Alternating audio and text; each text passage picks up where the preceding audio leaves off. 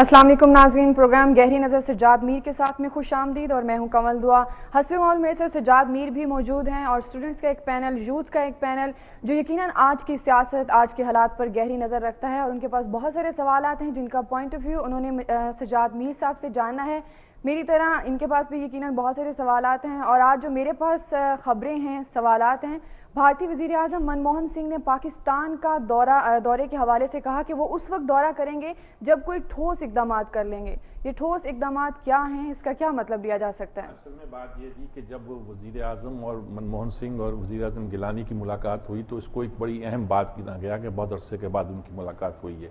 لیکن ریکارڈ یہی رہا ہے، جب بھی کوئی انٹرنیشنل کانفرنس ہوتی ہے دونوں وزیر اعظم وہاں موجود ہوتے ہیں تو ان کی ملاقات ضرور ہوتی ہے۔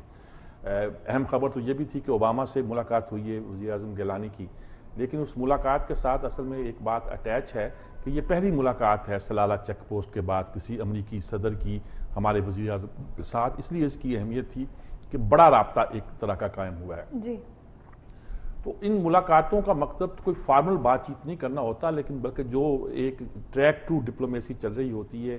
زیر زمین جو بس کام ہو رہے ہوتے ہیں ان کو ایک طرح کا انڈورس کرنا ہوتا ہے اور ایک طرح کی اچھی فضا پیدا کرنا ہوتا ہے۔ اب ظاہر ہے وزیر اعظم گیلانی نے کہا ہوگا کہ حضور والا سردار جی آپ پاکستان آئیں، میں تو آیا ہوں انڈیا بھی، اب آپ کی باری ہے، آپ میرے وطن کا دورہ کریں، آئیں تو تعلقات بہتر ہوں گے، لائنیں کلیئر ہوں گی، ذرا کچھ آئیں۔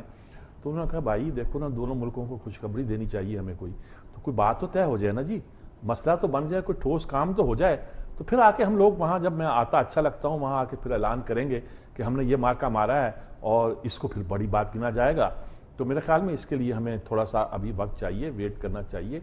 جس کا مطلب یہ لگتا ہے کہ پاکستان اور انڈیا کے انہوں نے شکریہ بھی ادا کیا کہ جو آپ نے موسٹ فیورڈ نیشن ہمیں قرار دے دیا، اس کے لیے آپ کی بڑی مہربانی۔ لگتا یہ ہے کہ زیر زمین نہیں کہہ لیجئے بلکہ انڈر کرنٹ جو چل رہی ہے جو کہہ لیجئے گا، اس انڈر کرنٹ میں یہ بات لگتا ہے کہ یہ جو تجارتی لین دین کا معاملہ ہے جو کہ اب اوپن ہو چکا ہے اور پاکستان نے ان کو موسٹ فیورڈ نیشن قرار دے دیا ہے اور یہ بھی کہہ دیا کہ یکم تاریخ تک، جنوری تک جتنی چیزوں پر ریسٹرکشن ہے وہ بھی ختم کر دی جائے گی، اور اب بھی بہت سی چیزوں پر جو ہے انہوں نے پابندیاں اٹھا لی گئی ہیں، واگا کے راستے تجارت کھل گئی ہے، اور ایسا بھی اندازہ ہوتا ہے کہ وہ گندم 1,00,000 ٹن بھیجیں گے اور وہ کراچی کے بندرگاہ سے آئے گی، واگا کے راستے نہیں آئے گی، افغانستان جائے گی۔ گندم ہم نے بھی بیچنی ہے، ہمیں بھی خریدار کی ضرورت ہے، ہمیں بھی تلاش ہے کہ شاید ایران ہماری گندم خرید لے، سرپلس پڑی ہوئی ہے، لیکن ہم انڈیا کی گندم کو ایکسس دے رہے ہیں افغانستان پر، تو گویا ہم تعلقات کو خاصا ایک طرح کا نارملائز کرنا چاہتے ہیں اور نارملائز کر رہے ہیں۔ وی پی سنگھ کا یہ کہنا کہ بھئی کچھ ہو تو میں آؤں کا مطلب کہنے کا بھی میں تو تیار ہوں، بلکہ ان کی طرف سے واپس آتے ہوئے جہاز میں ان کے شاید وزیر خارجہ نے یا سیکرٹری خارجہ نے یہ بات کہی اپنے اخبار نویسوں کے کہ وہ تو جانا چاہتے ہیں منموہن سنگھ، وہ تو ان کا ارادہ ہے ضرور جائیں گے وہ، لیکن مسئلہ ہے اس سے پہلے وہ چاہتے ہیں کہ کچھ چیزیں جو ہیں وہ طے ہو جائیں، جس کا مطلب کہ فارن آفس ابھی یہ انہیں ایڈوائز نہیں کر رہا کہ وہ پاکستان کا دورہ کرے، اور ایسے دورے جو ہیں وہ کسی وقت بھی، جیسے واجپئی کا دورہ تھا کہ چند دن پہلے لگتا تھا جیسے دونوں ملکوں کے درمیان ایک جنگ ٹھنی ہوئی ہے، چھڑی ہوئی ہے، اور کچھ دیر پہلے تو فوجوں آنکھوں میں آنکھیں ڈال کے کھڑی تھی، اچانک اعلان ہوا کہ واجپئی لاہور جائیں گے بس پہ بیٹھ کر دوستی کی سفر پر، اور وہ آئے، پھر انہوں نے یہاں آ کر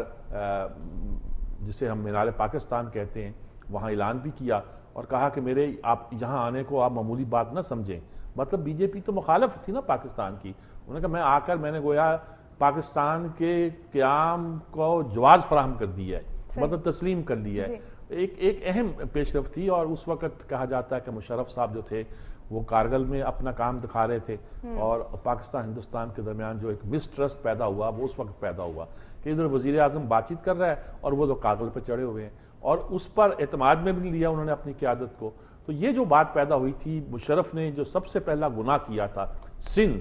جو اس کا میں کہتا ہوں کہ بنیادی گناہ جسے یہ لوگ کہتے ہیں، وہی بنیادی گناہ تھا جو کارگل پہ چڑھا، اور جس کی شاید رپورٹ فوج کی جسے کہتے ہیں ملٹری پلاننگ کی کاغذات میں کہیں موجود نہیں ہیں، وہ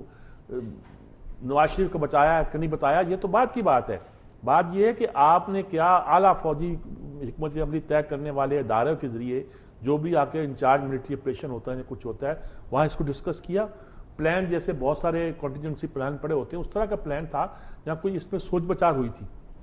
اگر آپ نے اچانک پلان یہ حملہ کیا تھا تو پھر یہ آپ کے کرنے کا نہیں تھا، یہ تو کسی آئی ایس آئی کے کرنے کا ہو سکتا تھا، خفیہ ادارے کا پلان ہو سکتا ہے, CIA کرتی ہے ڈرون اٹیک, دوسرے اٹیک کرتی ہے. ہم نے تو یہ شو بھی نہیں کیا تھا ہماری فوج. تو یہ اس وقت یہ فوج بھی خاصی انڈیا کے ساتھ تعلقات کے حوالے سے ایک بیک فٹ پر ہے. وہ بھی اب وہ جو اس کی انڈیا اسپیسیفک ایک طرح کی پالیسی ہوتی ہے, اس میں بھی اس کی سوچ جو ہے اب ڈفرینٹ ہوتی جا رہی ہے, اور لگتا ہے کہ پاکستان اور انڈیا کے درمیان تعلقات کی ایک نئی نہج کا آغاز ہوگا. پانی پہ مذاکرات ابھی 2 دن کا وہاں ہوئے ہیں, اس کا آؤٹ کم بھی بڑا امپورٹنٹ ہے. دیکھتے ہیں کیا آتا ہے, کیا بن کے آتا ہے. بلٹ بیرج پہ گفتگو ہو رہی تھی, اور یہ صورتحال ہے پاک انڈیا تعلقات کی. چلیں جی, اللہ کرے کہ یہ جو تعلقات ہیں اور خاص طور پہ یہ جو پیش رفت ہو رہی ہیں دونوں طرف سے یہ اچھی ثابت ہوں. بھارت سے ایک اور خبر ہے کہ بھارتی فوج کے سربراہ نے کہا ہے کہ اسلحہ کم ہو گیا ہے. کیا مطلب کہ بھارت کا جو دفاعی نظام ہے وہ کمزور ہو گیا ہے, یا بجٹ ناکافی ہونے کا اندیہ ہے؟ اصل میں وہ تو یہ ہوتا ہے کہ بجٹ مانگتے ہیں, جب حکومت سے فوج مانگتی ہے, کبھی نیوی مانگتی ہے, کبھی ایئر فورس مانگتی ہے, تو اس میں انہوں نے کہا جی ہمارا بجٹ بہت کم ہے, ہماری ایئر فورس کے پاس بھی کم ہے, ہماری آرٹلری کے پاس کم ہے, ہمیں پیسے دیں مزید. ہمارے پاس 2 دن کا اسلحہ, جنگ شروع ہو جائے تو 2 دن چل سکتی ہے.